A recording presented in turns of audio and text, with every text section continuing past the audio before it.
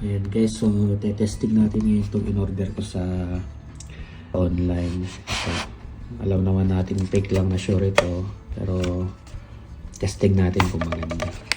Ayan. Kakabit natin siya dito sa, ito mumurahing mic lang to, nabili ko lang to sa siguro mga 15 euro lang to dito. Pero pakinggan natin yung boses niya. Check, check. Test, test. Sound, check, check. Hey, test, test. Yan, yung parang medyo kasi basta low quality yung tunog niya na kasi nga mumurahin lang. Ayan, testing natin siya ilalagay dito. Ito nga lang pala yung gamit ko dyan. Ayan.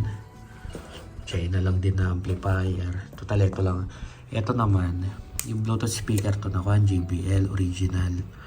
Pero, nasira kasi yung charger port niya. Saka sira na rin yung battery. Yung kumbaga kapag hindi siya naka-charge, hindi na gagana. Yung kumbaga parang useless na lang yung battery niya. Kaya, ang ginawa ko, ayan na lang, naka-passive na lang siya. Ito na lang yung nagpapagana sa kanya. Tapos meron pa doon sa baba. Ito naman, pang sasakyan siya na ginawan ko lang ng box. Yan. Ito nga pala yung quality ng mic bago natin siya palitan. And next, mamaya testing natin. Kakabit ko lang to. So ito nga pala siya. Ayan, medyo mabigat din Ayan. Testing natin kung maganda yung quality niya. Papalit natin siya dito. So, ito nga pala papalitan natin to. Stop muna natin.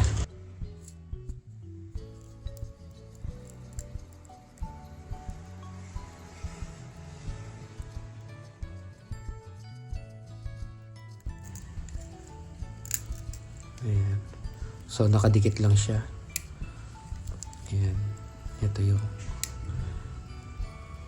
so, ito yung papalit natin.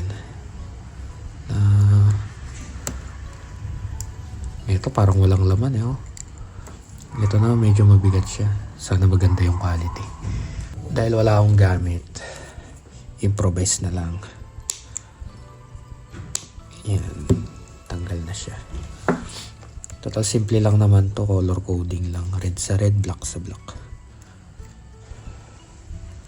Tapos ititip ko na lang siya mamaya. Iba ginagawa nila diretso na. Di na nila pinapagana tong switch para kapag hindi siya namamatay. Naka-on na lang siya. Yun naman yung purpose lang naman nila doon para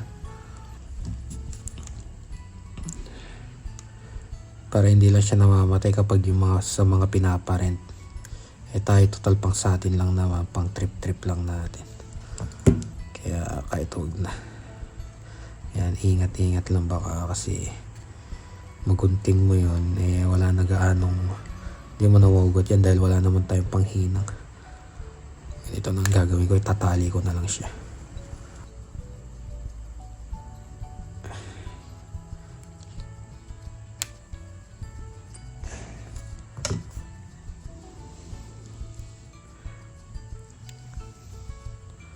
So kung may basic ka naman na nakaalaman sa mga electronics, hindi na mahirap intindihin para sa ito.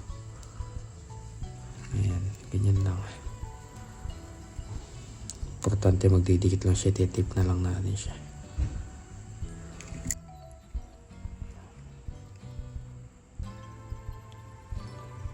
Pag nakapix naman na tong voice coil, hindi naman na may hila basta-basta yan.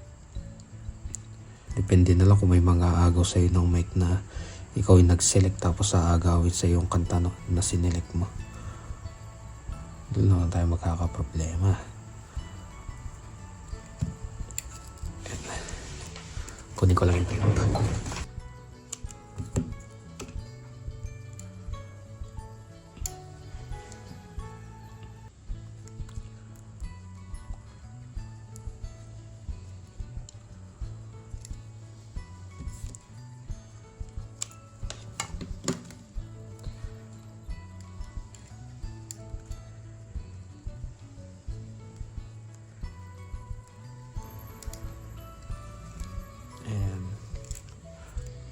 So, nadikit na siya.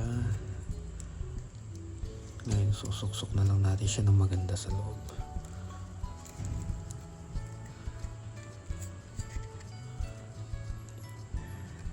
Ayan, so, ayan, naikabit na natin yung bagong voice coil niya. Ilagay ko na rin dito yung, ayun yung luma. Doon yung luma. Tapos, ito na yung bagong voice coil. Check na natin siya. Ramdam mo na bumigat nga, oh. So, testing na natin yung tunog niya. Pero, medyo bumigat siya. Oh. Kasi kanina magaan lang yung voice coil na nandun. Parang walang laman, eh. Ito siguro, baka pabigat lang din to. Parehas lang. Bali, testing natin sa tunog niya. Check, check, hey, sound of the echo. Check, check, hey, sound, sound, check. Check, hey, sound, sound. 1, 2, 2, 2. Check, check, hey, sound. Sound, check. Ito na yung quality niya sa bagong voice coil. Ayan. Medyo lumakas yung pickup niya. So, nagbago naman. Medyo gumanda naman siya. Huwag na lang natin expect talaga yung